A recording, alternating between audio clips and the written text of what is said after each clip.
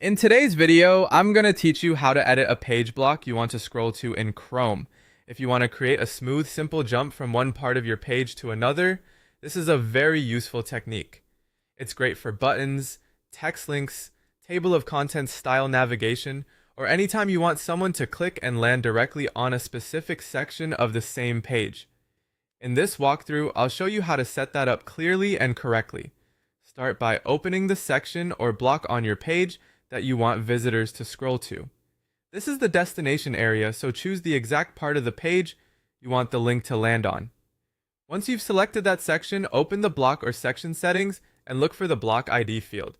This is where you assign a unique identifier to that area. If your editor doesn't provide a block ID option, you can instead insert a code block and add a simple div with an ID using the target name you want for that section. Make sure the ID you use is unique on the page and easy to recognize.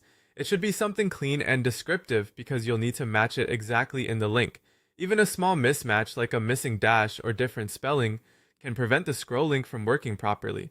Next, go to the text or button that people will click. Highlight the text if you're creating a text link, or open the button settings if you're working with a button. This clickable element will become the trigger that sends visitors to the target section. After that, click the link icon tool. In the URL field, type a hashtag followed by the exact target ID you created. For example, if your block ID is target name, the link should be entered as hashtag target name with no spaces.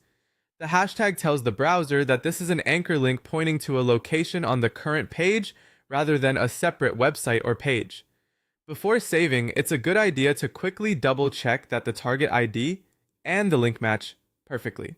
This is one of the most common places where mistakes happen, so a quick review can save time. Finally, click Save. Once that's done, preview or test the page in Chrome by clicking the link or button. If everything is set up correctly, the page should jump directly to the section you selected. And that's how to create an internal scroll link to a page block in Chrome.